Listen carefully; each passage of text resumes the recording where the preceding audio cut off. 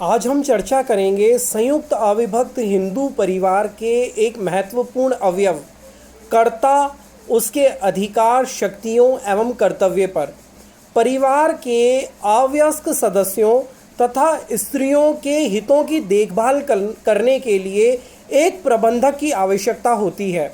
संयुक्त हिंदू परिवार के ऐसे प्रबंधक को कर्ता कहते हैं। परिवार का कर्ता अत्यंत महत्वपूर्ण स्थान ग्रहण करता है, क्योंकि समस्त परिवार के कार्यों का प्रबंध एवं देखरेख का दायित्व कर्ता के ऊपर होता है। कर्ता संयुक्त परिवार का प्रधान माना जाता है तथा उसका स्थान परिवार में सर्वोपरि हो सकता है। प्रबंधक या कर्ता कौन हो सकता है? साधारणतया संयुक्त परिवार का कर्ता पिता है, यदि वह जीवित है। इस प्रकार एक वाद में कहा गया था कि पिता सभी मामलों में सामान्यतः अवयस्क पुत्री के संबंध में अनिवार्यतः संयुक्त संपदा का प्रबंधक होता है। जहां पिता जीवित नहीं है तथा परिवार भाइयों से निर्मित होता है, वहां ज्येष्ठ भाई किसी प्रतिकूल साक्ष्य के अभाव में परिवार का प्रबंधक या कर्ता मान लिया जाता है।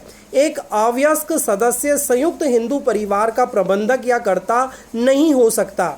संयुक्त परिवार का कोई वयस्क सदस्य ही कर्ता बनने का अधिकारी है।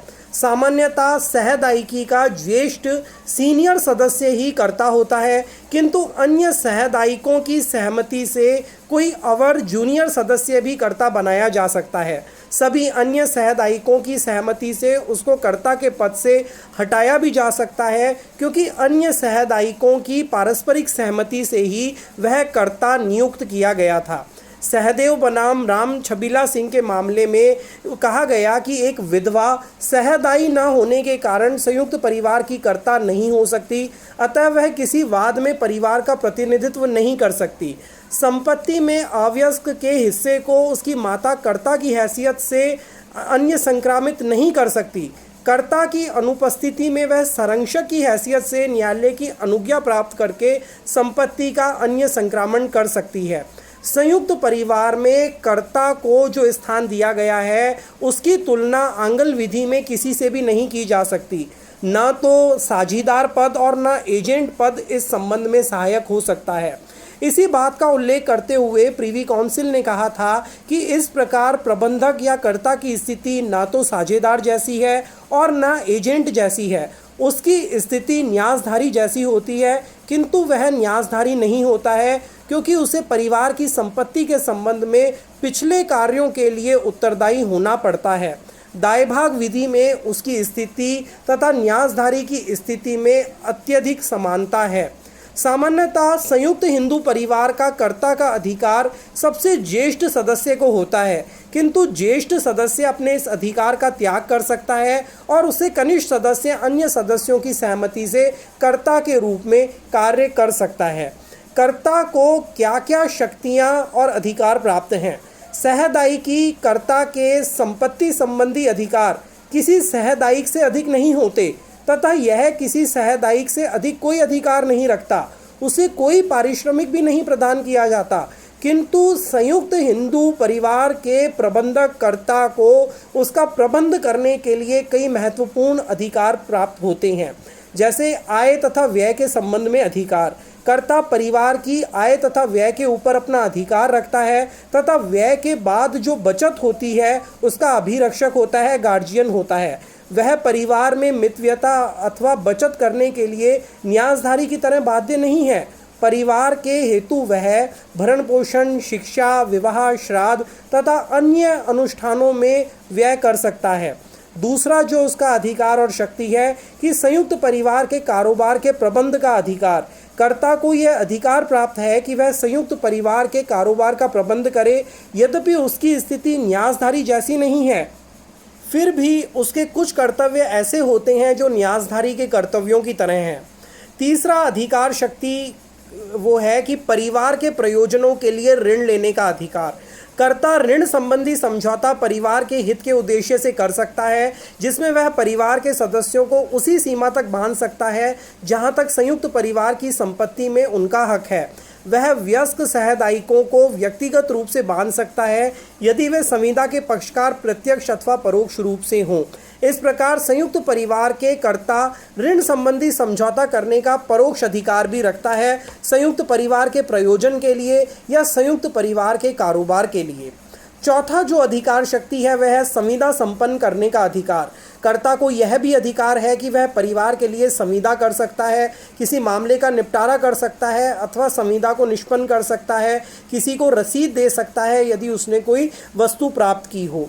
पांचवा जो कर्तव्य अधिकार शक्ति है वो है विवाचन के लिए, आर्बिट्रेशन के लिए किसी मामले को भेजने का अधिकार। कर्ता किसी मामले को विवाचन के लिए भेज सकता है। परिवार के सदस्य चाहे वे अवयस्क ही हों, विवाचक के पंचाट से बाध्य होंगे।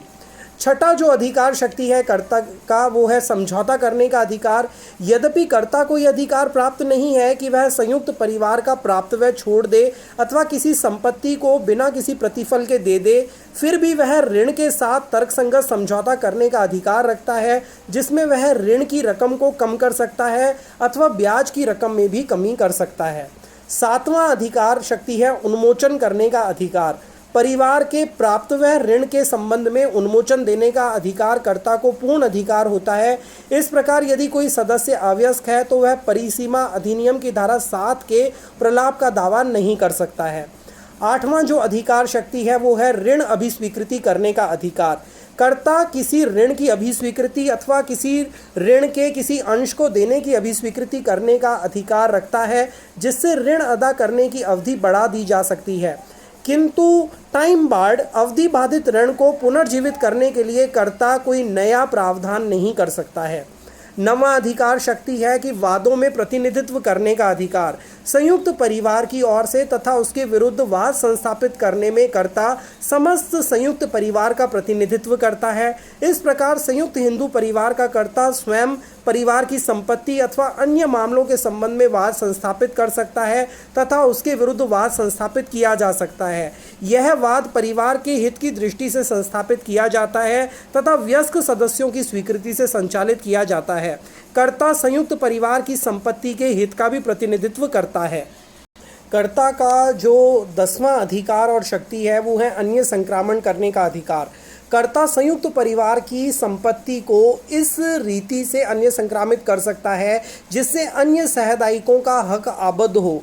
यदि अन्य संक्रामण सभी जीविक सहदायिकों की स्वीकृति से किया गया हो तथा सभी सहदायिक वयस्क हों, विधिक आवश्यकता के लिए हो अथवा संपदा के प्रलाभ के लिए हो। इस प्रकार जहां कर्ता द्वारा किसी संपत्ति का अन्य संक्रामण किसी विधिक आवश्यकता अथवा संपदा के प्रलाभ के लिए होता है, वहां अन्य सहदायिकों की स्वीकृति आवश्यक नहीं है। वह ऐसे उद्देश्यों के लिए अन्य सहदायिकों की स्वीकृति के बिना भी अन्य संक्रामण कर सकता है। मुकेश कुमार बनाम हरबंस वाराही व अन्य के वाद में उच्चतम न्यायालय के द्वारा ये अभिनिर्धारित किया कि जहां कोई संयुक्त संपत्ति कर्ता के द्वारा विधिक आवश्यकता के लिए विक्रय कर दिया गया है, वहां पर ऐसी संपत्ति का विक्रय विधिमान्य माना जाएगा। जहां एक संयुक्त परिवार में पिता ऐसी संयुक्त पारिवारिक संपत्ति को बेच सकता है अथवा बंधक कर सकता है जिसमें उसके पुत्र का भी हक शामिल है, ऐसा विक्रय अथवा बंधक वह अपने व्यक्तिगत लाभ के लिए किए गए ऋण की अदायगी के लिए भी कर सकता है। इस प्रकार से किया गया अन्य संक्रामण उसके पुत्रों पर बाध्यकारी होगा यदि ऋण अन्य संक्रामण से पूर्व का है और वह अनैतिक उद्देश्य के लिए नहीं था। सुनील कुमार बनाम राम प्रसाद के मामले में 1988 में उच्चतम न्यायालय ने यह अभिनिर्धारित किया कि जहां संयुक्त परिवार का कर्ता पिता संयुक्त संपत्ति को किसी विधिक आवश्यकता के लिए अन्य संक्रामित विक्रय करना चाहता है, वहां किसी सहदायिक द्वारा निषेधाज्ञा का वाद उसको बेचने से रोकने के लिए दायर नहीं किया जा सकता। यदि सहदायिक उस विक्रय को अवैध समझता है तो विक्रय होने के बाद उसकी वैधता को चुनौती दे सकता है।